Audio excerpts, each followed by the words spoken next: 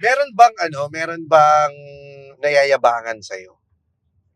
Yun yung pinaka-iniiwasan ko. Lalo na yan, pag nakakasama ko ganito, mga batikan na komedyante. Ang una kong inaano, kung paano ko ihaharap yung sarili ko. Kasi awkward talaga ako eh. Oo. Kasi meron akong experience na once nag-try akong parang magpaka-confident.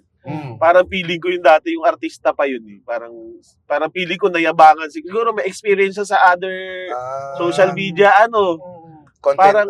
so parang nayabangan siya sa sinabi ko, which is parang siguro yung delivery ko na iba yung dating sa kanya. Ano bang sinabi mo ng pangit? Parang dati kasi parang nagjo-joke ako na sige ako gawin mong bida. Parang may nagsabi sa akin na artista, parang sabi, sama kita sa pelikula ko. Parang sabi ko, sige ako gawin mong bida. Sidekick kita, parang ginanon mo. Oo, parang ginanong ko. So parang hindi ibang take yung ginawa. Hindi mo siya kabiruan, ibig sabihin. So simula nun, parang di na niya ako pinunsin. Siguro akala niya Ang bobo naman ng artistang yun. Oo, hindi kayo feeling ko tawag dito, hindi kayo close gano'n ka. Hindi ka close pa. Kasi may ibang take niya dun sa biro mo eh. Ako dati pag nakikita kita, hindi pa kita nakikilala or nakikita in person. Parang ang yabang mo eh. May ganong Kasi may hikaw ka eh.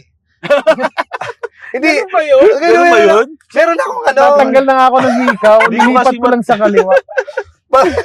Pag may ganon, Ay, saka. hindi syempre, ako, judgmental kasi ako eh. Wala kang kasalanan, Albert, na kay James. Ako, sorry akin. Ayun na yun, nasa kanya na. May lang ako. Impression lang ba? Impression lang na parang, there's nung kanina nakausap kita, naman eh. Magaan. Hindi kayong mag-i-impose ng sarili mo sa ibang tao. Salamat. Actually, ang hirap nga maging, alam mo yan, hirap din maging komedyante, no? Oo naman. Kailangan hindi ka pikon. Oo. Tapos pagka downtime mo, i-expect nila na naka-on ka pa lang ganun. So, may time na ba na wala ka sa mood tapos may ginukulit-kulit. Parang pag sa shoot kasi, pag nasa wedding shoot ako, medyo yung time niyan, medyo di ba, mabilis. Oo. So meron kaming crunch time na minsan alam nyo, may hawak kong camera. Tapos minsan magpapapicture. Pero yun kasi gusto ko kasi yun mga nagpapapicture eh. Pero parang may time lang na nagmamadali kami. So parang galit na ako. So kinailangan ko na ng filter. So nakangiti lang ako the whole time. Parang sabi ko sa kasama ko, bilis ako, putang ina mo. Hindi mo pa nagamit yung face mask ni Pacquiao. Pero yun. Pero siguro part na yun eh. Oo, tsaka pagka ganyan, pagka unting maling galaw mo, may masasabi ka agad sila eh. Hindi nila na iintindihan yung background or context, bakit ka nagmamadali. Pero hindi naman ako ganun nagbe-base lang minsan pag may relevant lang ako na content. Doon ko napapansin, naglalabasan sila eh. So, kaya minsan hindi na ako naglalabas ng relevant na content para. Pero nandiyan na yan talaga eh, sa social media eh. Nakapasok ka na dun sa Asian Cutie. Ano yung mga natatanggap mong bash? Kasi parang paano mo mababash tong yung magaang naman yung content mo, hindi naman political, di ba? Hindi naman paano ka nababash dun? Actually, nung mga simula talaga, parang okay yan, good vibes, lahat ng Pero yung medyo lumaki na yung reach, nung una, di talaga ako ready. Parang nagkaroon pa ng community na, yun nga yung kinawento ko lang. Nagkaroon ng community na nagbaba sa akin, nagkaroon sila ng group. So, gano'ng kalaki tong community? Ganun kalala. Talagang parang umabot ng 30,000 members. 30,000? Oo, sabi ko, grabe, parang kulto na. Pero lahat ng profile, walang mukha. So parang, bakit ko papatulan to? Pero kasi yun nga, meron akong experience nung bata ako na nabully kasi ako sa school eh.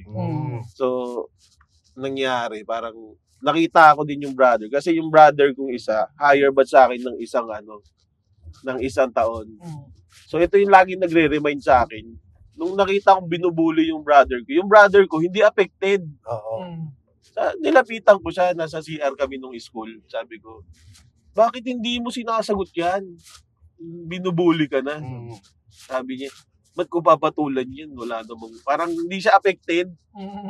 So parang yun, laging yung nagre-remind sa akin simula nun, na parang, wala naman palang ambag sa buhay ko yung mga ganyan. Oo, tama. Parang, Galing nga. so yun. Ever Medyo since di ka malalim yung naapektuhan. kwento. Nung simula, kasi talagang gumagawa sila ng artwork eh. Kala mo mga artist yung talagang sabi ko bakit ano bang ginawa ko? Parang, Feeling ko napupunta yung frustration nila sa'yo dahil hindi nila kayang gawin yung ginagawa mo. Kasi napaka-natural mo eh. thank you. Diba? Kapal Parang- tuloy ng mukha ko ngayon.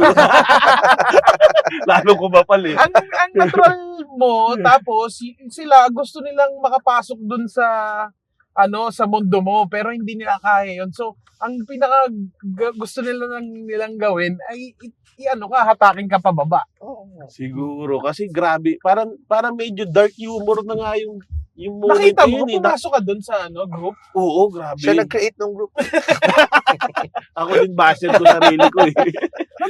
Paano mo nakita? Anong pangalan ng group? Parang may nagtag sa akin na una naka-public na page. Then parang, siyempre nag-browse ako, nagkaroon pala ng grupo. So, nung nakita ko, siyempre, gulat ka sa dami. Oo. Parang dami din palang. Nabasa mo lahat. Ang active pa, no? Oo, ang active. Tapos talagang Eh, comments din, meron din. may comments din. Pero na-appreciate ko yung mga followers ko. Sumusugod din doon.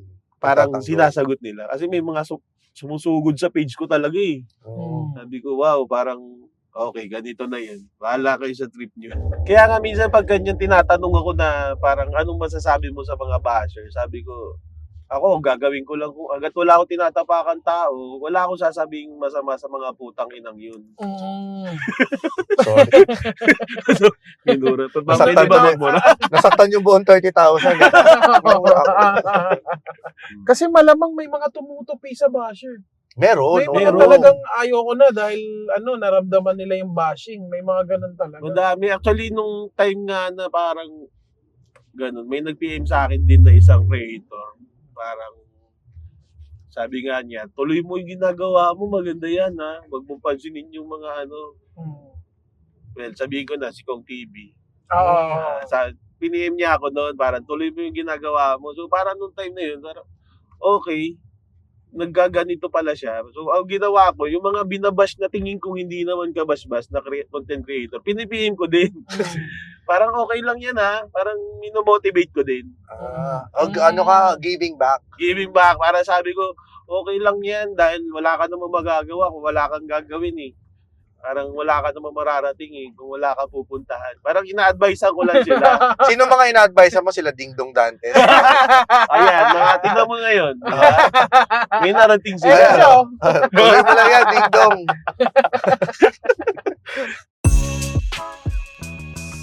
Catch us every week on YouTube, Spotify, or wherever you listen to podcasts.